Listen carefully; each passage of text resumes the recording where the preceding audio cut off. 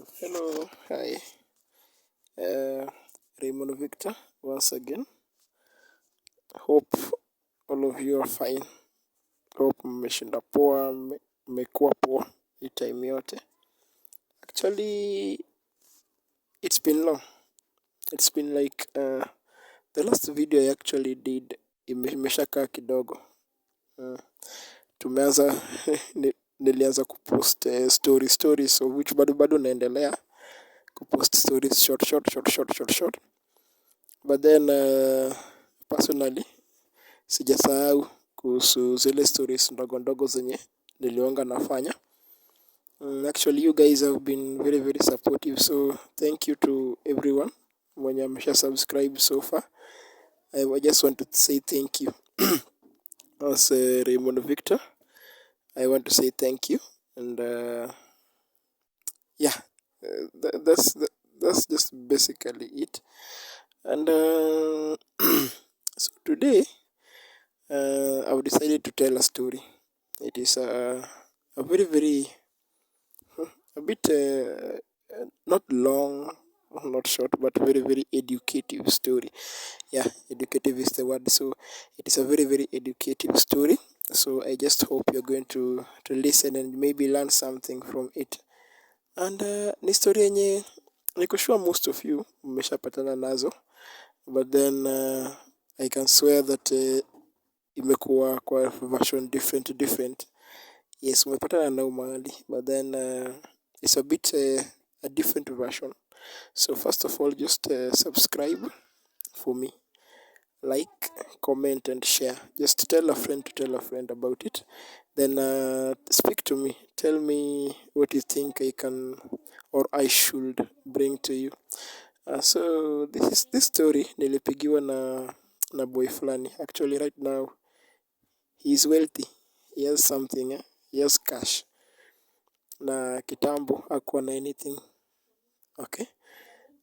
Na it's a friend mwenye bado sija, okay, tuseme tu hizo, unajua tu online things, watu meeting online is a platform yenye inaunganisha watu tofauti, people of different backgrounds together. Yes, so this friend of mine, I actually met him kwa online too. Sitasema ni social media platform gani, but then ni just an online relationship. And he's a very good guy, very caring. Right now he's based in Canada. Yes, he is now based in Canada. Let me just put this here first of all. This a story ingie, story donjo. Yeah. So this guy is actually a businessman. Akona kampuni kama tatu sai. Na we were talking with him kwa hiyo social media platform tu. So I remember tulifika kwa point nikamuuliza, now how did you now make it?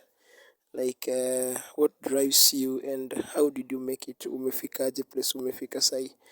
Because a lot of people wanaweza gain nini like inspiration from maybe your story.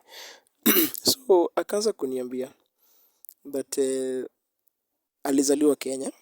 Actually he was born here in Kenya, so he is a Kenyan citizen, but then right now amechukua pia citizenship pia ya majuu Canada place yenye yuko, so akona dual citizenship, raia wa countries mbili, both Kenya and Canada. Yeah, so alikuwa niambia Raymond, nimeishi Kenya na nilikuwa part fulani Kenya inaitwa Kisumu. Actually I hail from a county called Kisumu. Kisumu people, hi. So this is a story of your brother. Yes, so alikuwa niambia that vile nilizaliwa actually, family yetu haikuanga that well off. Tulikuwa hapa chini, then father akapass, tukabaki na madhe. So tumelelewa na madhe, tumegrow na madhe. So nikiwa class 7, class 8 hapa, something happened. So nikamuuliza what happened, akaniambia uh, first of all ana owe gratitude to a certain lady. Yeah, a certain lady, a lady mwenye ye personally ana feel alichangia sana kwa life yake, ku turn everything around in his life. Akanambia ati vile akiwa class 7 udem alikuwa class 5 hapa hivi, so walikuwa tu marafiki hivyo, akaingia class 8 dem akaingia class 6, relationship issues hizi hiyo bado hata haikuanga that serious, because walikuwa tu ile ya kalongolongo cha baba cha mama cha baba cha mama. Yeah, so ilikuwa anatoka shule jioni na akiwa na notes mingi, maybe huyo demo walikuwa tu around one neighborhood I think. Yes, so dem alikuwa anakaa anamsaidia copy notes, so unaona hiyo relationship ilikuwa built on okay academic at first, but then slowly by slowly emotions got involved, and by the time boy alifika class 8 those days before he changed into now grades. Ilikuwa way back I think to 2008, yeah 2008 2009 here. Yeah, so boy akiwa class 8 dem alikuwa sa class 7 class 6 I mean. Then vile boy alirealize that emotions were already involved, ilibidi aweke dem wazi na amwambie that hey, I love you and I want you to be my girlfriend. So hapo wakaanza. So hii relationship ilikuwa very genuine at first, but then even if haukuwa najua like yani all that it entails in a relationship, but then walikuwa wanapendana gradually by gradually, unaweza fall in love na mtu na wewe mwenyewe ukose kujua. Yeah, so hii relationship imeendelea hivi, boy alikuwa wise nini bright yani I mean, sorry. Vile mtihani ilifanywa ya KCPE aka pass, alipata 403 marks. Yeah, the guy was sharp, so akatoka class 8 akaingia form 1 secondary, but then alikataa kwenda boarding. Sacrifice number 1, alikataa kwenda boarding just because alikuwa na fail, ataye kukua mbali sana na nani na dem. Yeah, so hiyo iliunga excuse ya kushinda karibu na dem, aone vile dem ana grow up, anataka kukua hiyo detached from the girlfriend. Yeah, so ameingia form 1 hapa hivi, alianza ku day school actually. Alipata scholarship, so alianza ku day school. So anaenda shule asubuhi, anarudi jioni. Then ana sneak akirudi jioni mapema kitu 5 hapa hivi, anapata kama dem maybe ndio wako prep, so ikifika 6 dem anatoka shule, wanapatana, wanakaa mahali, wanaongea like they had to do everything to keep the relationship alive. So boy akaingia form 2 hivyo, dem akaingia class 8, hivyo walikuwa wamechana just na one class. So vile dem alifanya class 8, dem pia hakunga pia mjinga sana, alipata 365 marks, so hiyo ililimqualify, unaona, kuenda saa hii shule. Dem pia alikataa pia kwenda boarding school wasichana na mapenzi dem pia alikataa pia kwenda boarding school because of kijana. So hivyo wamesoma, wana perform, wana meet during weekends, wanaenda out, so their love grew. Okay, walikuja wakapendana, like huyu boy alikuwa ananiambia, Raymond, I really loved that girl na she was my first girlfriend, sijawahi date dem mwingine tena, she was my first girlfriend na sikuwa nataka pia hata ni date dem mwingine, like yani dem alifanya madem mwingine wakafanya nini, wakapoteza meaning kwa maisha yangu, ilikuwa tu my sister peke yake. Yes, so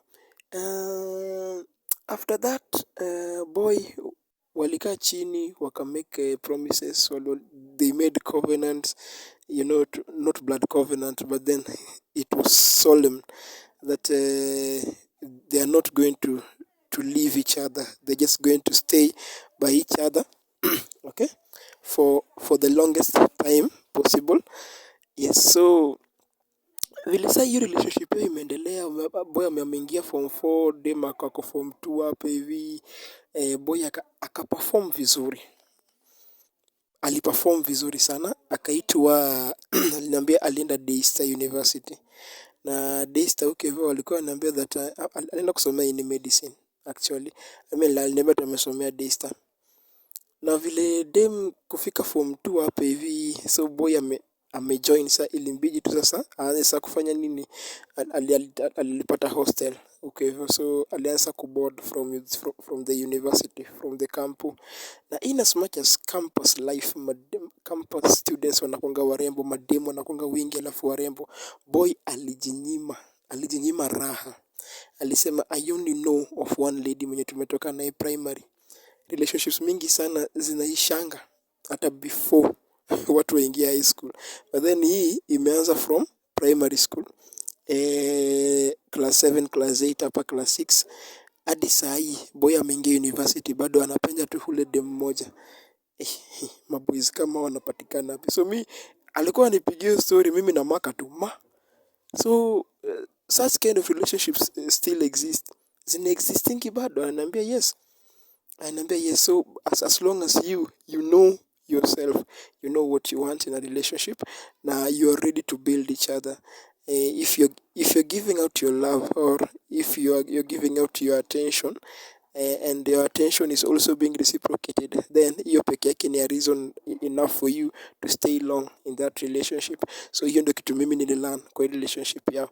Yeah, so boy amejoin campus hapa Daystar na sana anafanya medicine. Na kuna time angekaa shule sana cause alikuwa anataka a struggle, a perform, then aanze kufend for the family, being that ni ndiye alikuwa kijana wa kwanza after dad kupass long time ago, akiwa bado chekechea huko chini shule. Yeah, so boy amesoma hapa first semester, anaendelea kusoma. Dem akafika form 4, boy akiwa I think year 3 hapa, yeah, year 3 hapa hivi.